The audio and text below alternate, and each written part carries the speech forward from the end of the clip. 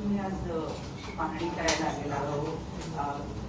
17 वर्ष झाले राज्यामध्ये, खरं तर या कालावधीमध्ये बरेचसे प्रकल्प पूर्ण झाले, प्रत्यक्षात त्याच्यावरून वाहतूक सुरू झाली.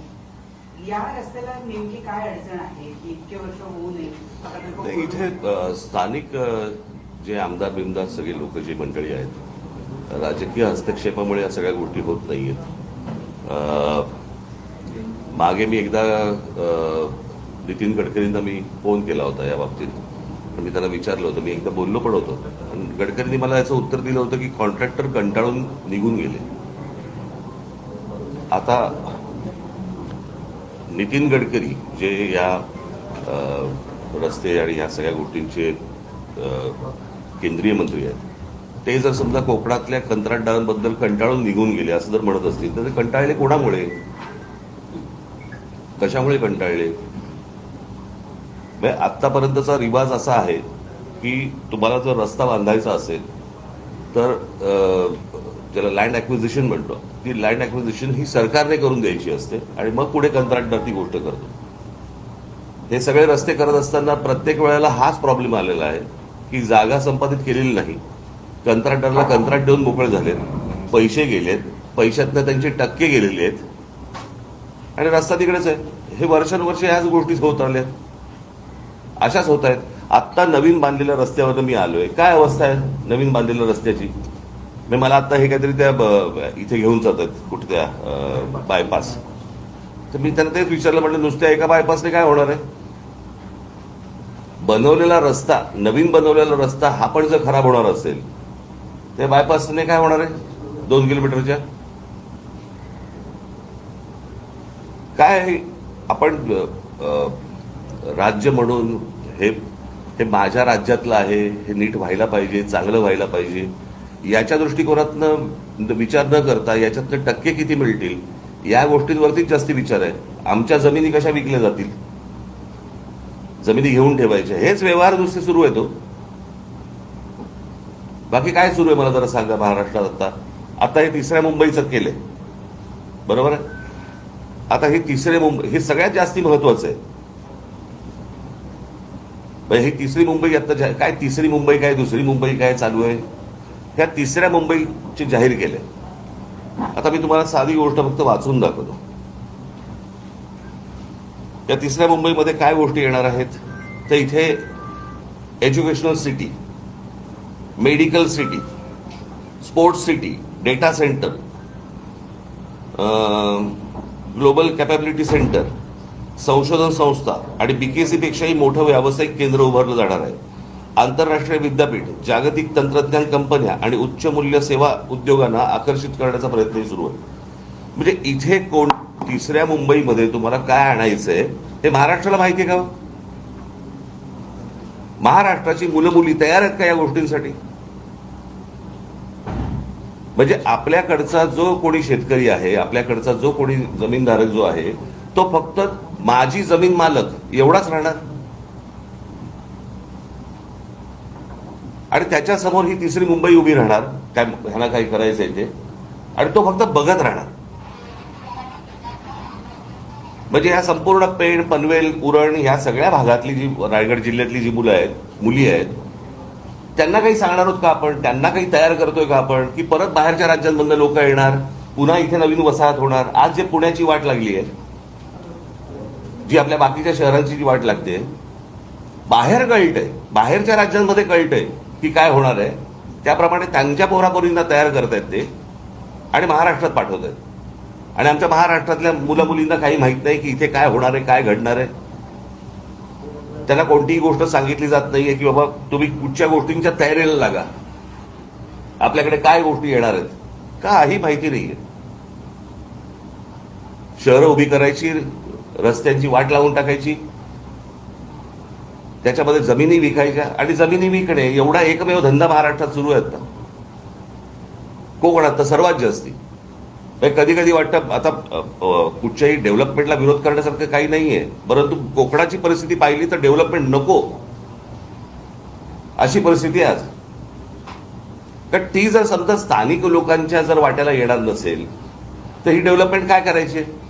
म्हणजे स्थानिकांच्या काय म्हणतो त्याला जीवावरती ह्या सगळ्या गोष्टी उभ्या करायच्या, त्यांच्याकडनं जमिनी घ्यायच्या आणि त्यांना उद्ध्वस्त करायचं. हा जो जमीन मालक आहे हा काय करेल मला जरा सांगा ह्याच्या पुढे. ह्यांची पोरं पोरी काय करतील?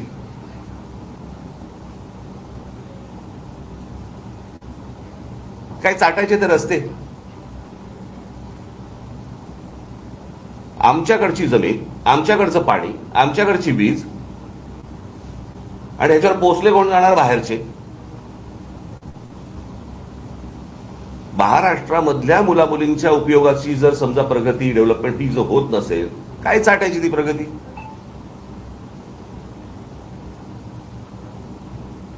हे कोणासाठी सुरू आहे? मोठे जमिनीचे तुकडे काढायचे, ह्यानी ह्या सगळ्या आता कुठून डेव्हलपमेंट होते यांच्या लोकांना माहिती आहे, आमदारांना माहिती आहे. हे जमिनी घेत सुटणार आणि मग ते सरकारला विकणार.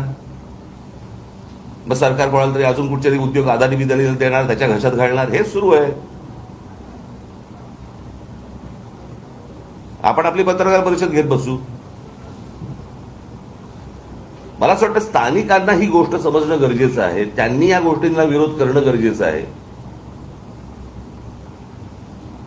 सगळ्या ठिकाणी नुसते आपले तटकरे, तटकऱ्यांची मुलगी, त्याच्यानंतर तो कोण ठाकूर, ठाकूरांचा मुलगा आहे, त्याच्यानंतर अजून कोणतरी, हेच सुरू आहे.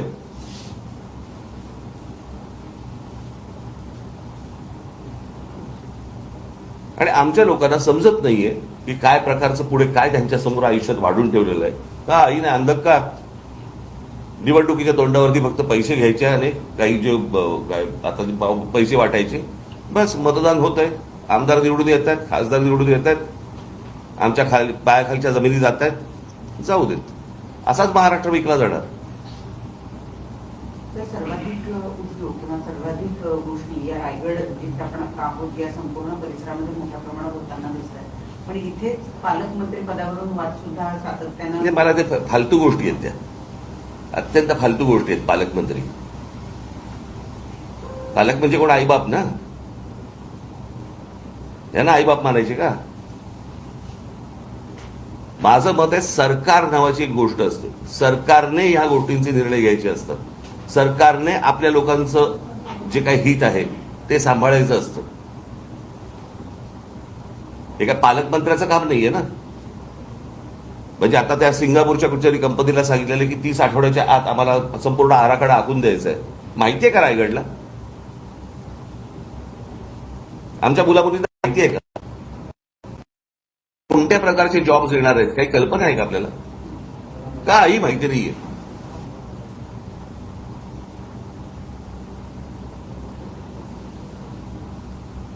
रस्ते करायचे नाहीत, उद्योग कुठचे येतात ते दाखवायचे नाहीत, सांगायचे नाहीत, सगळं लपवून ठेवायचं.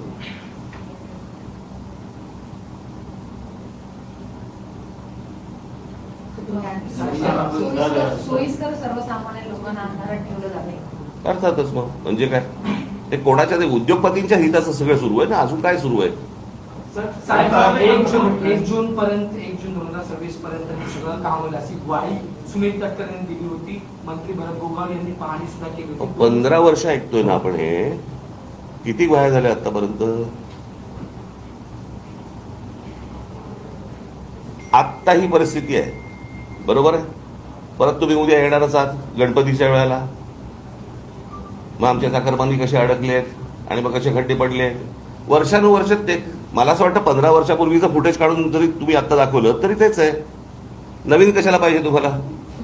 यावर्षी तेच चित्र आहे. कारण अनेक चाकरमानी रस्ता खराब असल्यामुळे ट्रेनचा पर्याय घेतला. तर अजूनपर्यंत 30 गोष्ट सुरू आहे असं कोणाला असं वाटतं का तुम्हाला? 30 गोष्ट म्हणजे गेली, मला असं वाटतं स्वातंत्र्य मिळाल्यापासून तेच सुरू आहे ना. आपल्याकडे अजूनही कोणत्या प्रकारचे नवीन विषयच आहेत त्या निवडणुकीला.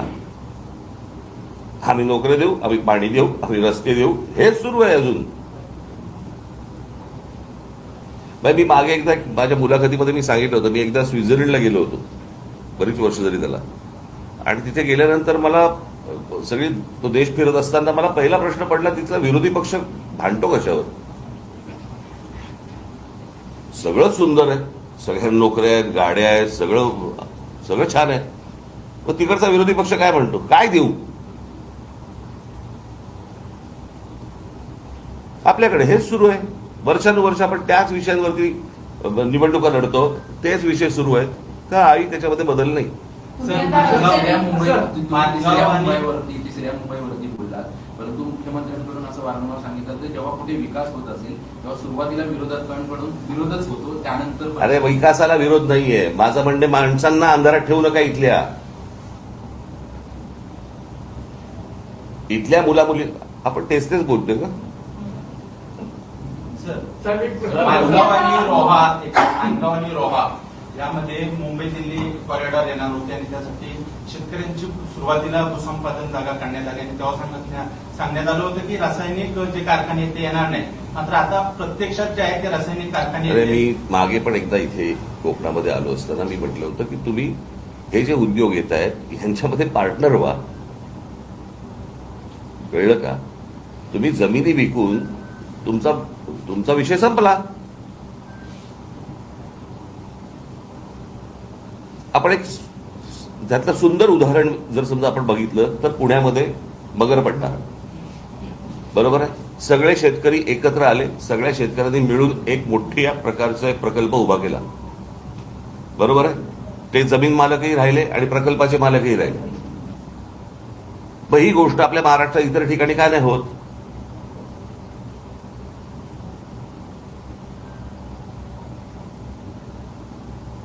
तुम्हाला कोणतरी येतं, तुम्हाला जमीन विकायला सांगतं, तुम्ही काहीतरी पैसे घेता आणि मोकळे होताय म्हणजे काय? मी अनेकदा सांगत आलेलो आहे, तुमचं अस्तित्व ही तुमची जमीन आहे. तुमच्या पायाखालची जमीन गेली की तुम्ही कोणत्याही भागाचे कोणी नाही आहात. तुमचं अस्तित्व संपलं. हे रासायनिक कारखाने बिरखाने खूप नंतरची गोष्ट. पहिली जमीन विकणं, इथून पहिली सुरुवात आहे. बोल. स्थानिक नेत्यांचा मोठा अपयश आहे का? कारण सरकारपेक्षाही जास्त, कारण की नारायण राणे असतील किंवा सुनील तटकरे असतील. प्रश्न असा आहे की ह्या सगळ्यांनी मिळून एका गोष्टींचा विचार केला पाहिजे की आमच्या कोकणाचं काय होणार. हे बघा, प्रश्न असा आहे की हे जर समजा सगळे आमदार एका आवाजात बोलले असते तर इतकी वर्ष लागली असती का रस्त्याला? म्हणजे कोकणात रस्त्यावरून फिरताना रस्ते लागणं काय असतं एखाद्या गोष्टीचे, हे कळतं आपल्याला. सर, प्रश्न असा आहे की एक सेकंड, या ठिकाणी स्थलांतर थांबत नाही गेले कित्येक वर्षापासून कोकणात बरेच नेते काम करतात. तर स्थलांतरावरती आपण काय काम करणार आहात का? आणि लोकल ट्रेन सुरू होत नाही मांडवापर्यंत. काय स्थलांतर? इथल्या लोकांना जॉब नाहीत, नोकऱ्या, त्याच्यामुळे ते मुंबईला जातात, पुण्याला जातात. तर ह्या ठिकाणी गावाच्या गाव बंद पडलेले. त्याच्यासाठी काय उपाययोजना होणार आहे की नाही? अरे मग मी आता काय बोललो रे तुम्हाला माझ्या बोलण्याचा हे कळत नाही का रे? की जर समजा इथे या गोष्टी येत आहेत तर तुम्हाला समजल्या पाहिजेत ना रे. तुम्ही पत्रकार आहात, तुम्ही शोधल्या पाहिजेत ना. तुम्ही लोकांचं प्रबोधन केलं पाहिजेत ना. तुम्ही स्थानिक आहात ना की नाही आहेस? स्थानिक आहेस, मग त्या गोष्टी केल्या पाहिजेत ना. लोकांना जर समजत नसेल तर ते शोधत जाणारच आहेत ना बाहेर. त्यासाठी एमआयडीसी वगैरे असे काही प्रकल्प येतील? एमआयडीसी वगैरे, अहो एमआयडीसी कुठे घेऊन बसलाय? मी आता काय वाचून दाखवलं तुम्हाला?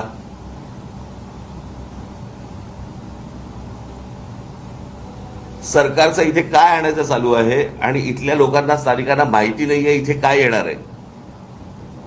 तुम्हाला कळतंय का प्रकल्प काय आहे तो? समजतंय का? तुम्ही कुठच्या एमआयडीसी जुन्या गोष्टीत राहू नका आता.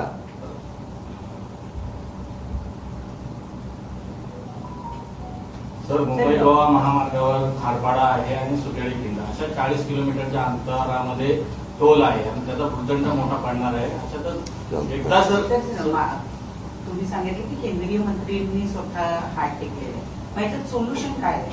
17 वर्ष झाले एखादा प्रकल्प रखडतो, मंत्री होऊन जातात, आमदार येऊन जातात, सरकार बदलतात, मग आता याच्यावर सोल्युशन काय? कारण 1.5 वर्षांपूर्वी याच्या आंदोलन पण केली. म्हणूनच मी तुम्हाला सांगतो ना की ह्या सगळ्या ह्याच्यामध्ये सोल्युशन हे सत्ता बदल एवढंच आहे. माणसं बदलणं गरजेचं आहे. जर समजा तुम्हाला इतकी वर्ष तर 30 माणसं तुम्ही निवडून देणार असाल आणि त्याच विषयांवरती जर समजा तुम्ही बोलणार असाल, उपयोग काय त्याचा? जे निवडून येत आहेत ते म्हणतात ह्यांना काही फरकच पडत नाही, रस्ता चांगला करायचा तर वाईट ठेवा. हे काय निवडणुकीच्या वेळेला आम्हाला निवडून देत आहेत कोणत्या का मार्गाने असे ना. एकदा हा तुम्ही त्यांचा भ्रम तोडत नाही तोपर्यंत काहीच होणार नाही. त्यांना धक्के दिल्याशिवाय कुठेही तुम्हाला बदल आढळणार नाही. दोन दिवसापूर्वी तुम्ही नाशिकचा दौरा करून आलात आणि नाशिक पुणे जो रस्ता आहे रेल्वे मार्ग जो आहे तो बदलण्यात आलेला आहे. आता आज तिथे आंदोलनं होत आहेत. तो रस्ता बंद पाडलेला आहे. जो मूळ मार्ग आहे तोच मार्ग थेट नाशिक पुणे असाच मार्ग मला माहिती नाही, मला मी पाहिलं नाही, बघतो. साहेब रायगड पासून ते सिंधुदुर्ग मालवणपर्यंत तेच नेते आणि तेच आमदार खासदार निवडून येतात. पण मागच्या निवडणुकीचं चित्र जर पाहिलं सोशल मीडियावर अनेक वेळी आले की धमकावलं जात होतं मतदारांना, जर मतदान दिलं नाही तर तुमचा निधी बंद केला जाईल आणि ह्या सगळ्या भीतीतून मतदारांनी मतदान केलं असेल. समजा निधी येतोय असं पकडूया, तरी काय बदल होतोय? कोणता निधी येतोय जो बंद करायची धमकी दिली जाते? येऊनही उपयोग नाही ना. परिस्थिती बदलते का काही? मग मतदारांनी या गोष्टींचा विचार केला पाहिजे. मतदार जोपर्यंत या गोष्टींचा विचार करत नाही तोपर्यंत काही गोष्टी घडणार नाही. असंच चालू राहणार. चला.